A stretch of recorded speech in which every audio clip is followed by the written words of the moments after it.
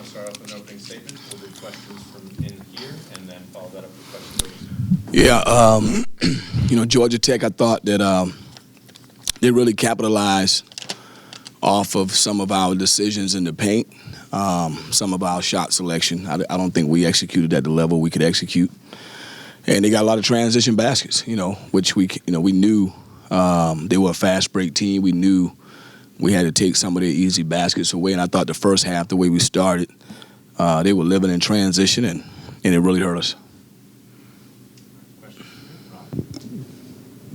Coach, it seemed like it was a tough game to officiate with both teams driving to the basket all the time, and calls could go either way, I guess.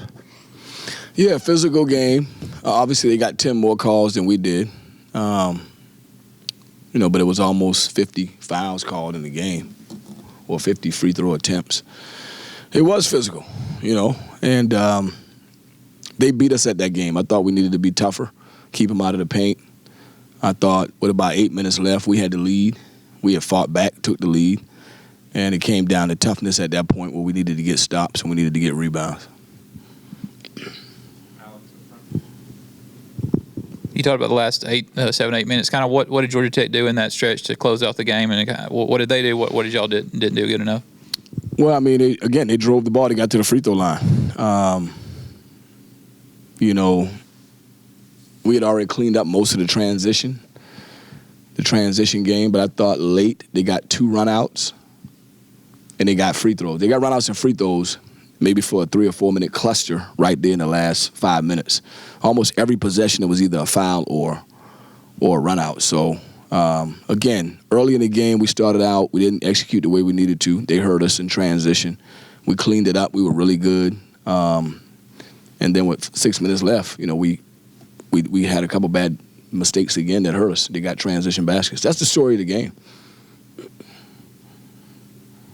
more questions from inside?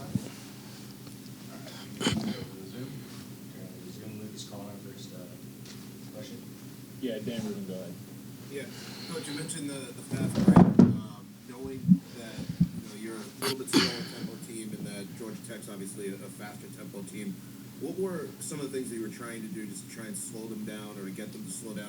In the first half, I know there was the run there that brought you back in. But what were some of the things that you were trying to do to slow down what is a fast-paced team? I mean, the biggest thing we wanted to do coming into it is control the tempo, and that was a major key.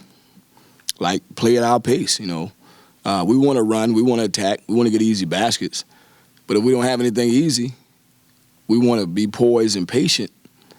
And I thought we didn't do a good enough job of that. When we came back, we were very poised and very patient.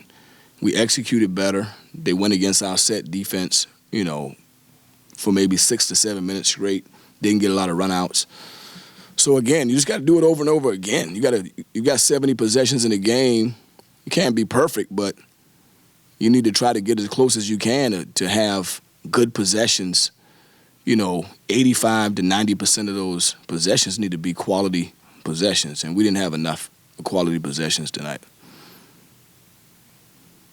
Yeah, Coach, just to be in this ball game late and have an opportunity to win, how frustrating is it to shoot as poorly as you guys did, knowing that even if you guys hit at like 35%, the outcome would have been a lot different?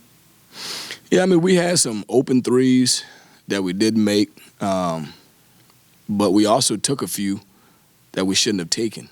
I thought we needed to turn down a shot for a better shot. That happened to us multiple times.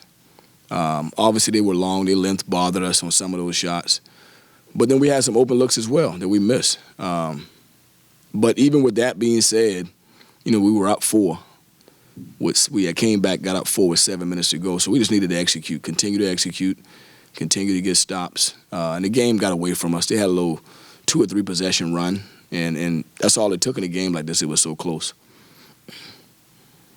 Coach, just curious about your game plan behind shooting 3-pointers. Obviously, you had success driving to the basket, drawing fouls today. That's when you took the lead in the middle of the second half. But when your team went back to the 3-pointers where you continued to struggle, that's when, Georgia Tech retook the lead. What's kind of your philosophy behind shooting threes and also driving to the basket where you've seen more success? I mean, I think every possession you want to get the best shot that you can get. Obviously, the closer you are to the basket, the the easier the shot is to make. And so, yeah, layups and dunks and fouls, those are the easier shots. The three is worth more, you know. So it's easy math. You can make 3 or 4 threes. If you make 4 threes, that's 12 points. You know, you got to make 6 twos to do that. But we made a shot maybe 5 or 6 too many tonight, you know, but we also had some good looks, and wish we'd have knocked a few more shots down. Dan, go ahead. Coach Kawhi Reeves, you know, we don't see too many offenses where the primary shooter isn't also a ball handler of sorts. Like he's coming off and as a catch and shoot type player. How unique is it to face a team like that runs through guards but is trying to get, you know, its forwards involved in shots and just looks at the basket? I mean, Reeves is a tough matchup. We thought we had a really good game plan for him, you know, but his length, you know, he is 6'8" as a guard, so his length, you know, once he rises up, he got a chance to make the shot.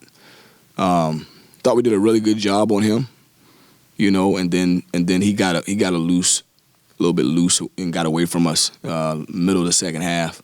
Most of his points came middle of the second half. I think he had maybe 10 or 12 of those 16 in the middle of the second half. But he is a tough matchup because he shoot a high percentage from three, and he's 6'8", and he's pretty mobile. But I thought we did a good job. But when the game really got tight and it mattered, he stepped up and made some big plays for them. Jack, go ahead. This will be the final question.